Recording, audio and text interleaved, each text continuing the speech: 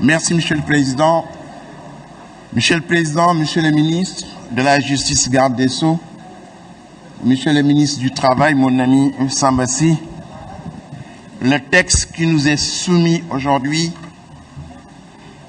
n'a rien à voir avec un terrorisme réel existant au Sénégal. C'est les derniers soubresauts d'un régime en perdition. Un régime qui ne sait pas ce qui lui arrive. Un président qui n'est plus le maître du jeu. Et on sort cette vieille rengaine du terrorisme et là, Omar Foutu a été accusé de terroriste. Thierno Souleymane Baal a été accusé de terroriste. Maba Diakhou a été accusé de terroriste. Abdelkader Kane a été accusé de terrorisme. Mandela a été accusé de terrorisme. Amilcar Cabral a été accusé de terrorisme.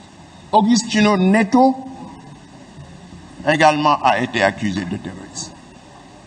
Toutes les personnes qui, à un moment de leur vie, ont résisté pour sortir de la bastonnade et de la barbarie, on les a accusés de terroristes. Et ce qui s'est passé au mois de mars, c'est dans le prolongement de cette vieille tradition de résistants.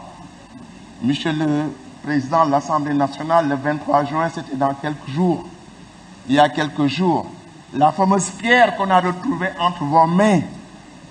Si c'était en ce moment, aujourd'hui, on vous aurait accusé de terroriste, alors que ce geste-là était un geste symbolique de résistance à la barbarie qui existait. Moi, ce qui m'étonne aujourd'hui, les mêmes causes produisant les mêmes effets, je m'étonne que le président Macky Sall n'ait pas tiré toutes les leçons qui ont contribué à la chute d'Abdoulaye Wade.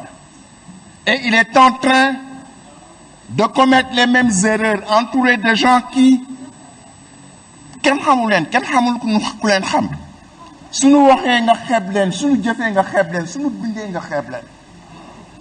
dans un Sénégal normal et normé et calibré, ils ne peuvent même pas être chefs de village.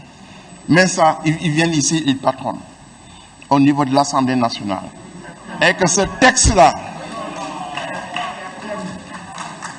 et ce texte d'aujourd'hui,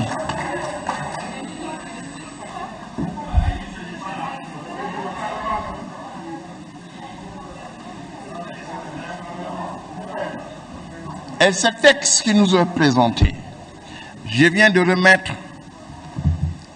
au ministre de la Justice, comme je l'ai donné à ses prédécesseurs, le texte d'une conférence que j'ai présentée en 2015 à l'université d'Artois, à quelques kilomètres de l'île. J'ai été invité à un débat international qui était intitulé « Les nouvelles formes de terrorisme à l'épreuve du droit ».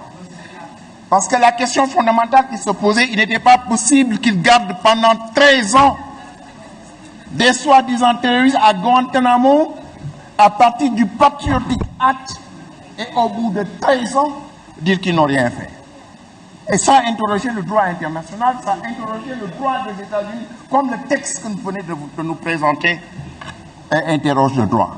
J'ai présenté ce document-là sur le terrorisme et l'islam, pour montrer que l'islam n'avait rien à voir avec ce genre de terrorisme. J'ai montré ce qu'était l'islam pur, l'islam de Saint Touba, l'islam de El Hadj Malick Sy, l'islam du prophète Mohammed sallallahu alayhi wa sallam, que ça n'avait rien à voir avec le terrorisme. Et donc aujourd'hui, j'ai fait ma présentation. Pendant 3 jours, je suis parti. C'était le 5 novembre, le 13 novembre, il y a eu les attaques à Paris. Le 13 novembre, il y a eu les attaques à Paris. Le recteur de l'université d'Artois m'a téléphoné, j'étais en Afrique du Sud. Il m'a dit, où est le texte de ta conférence? La question du terrorisme, ce n'est pas une question de droit. Ce n'est pas une question de police. C'est une question de terreau. Il y avait toute la crème des renseignements généraux français. Il y avait Trévis, il y avait l'école militaire. Tous ces magistrats m'ont entouré. Ils ne voulaient pas entendre. Je vous remercie. Je vous remercie, chers collègues. Ça a sonné. L'appareil a sonné. Merci. D'accord. Je ne m'énerve trop. Voilà. La parole est à notre collègue Mamadou Diop.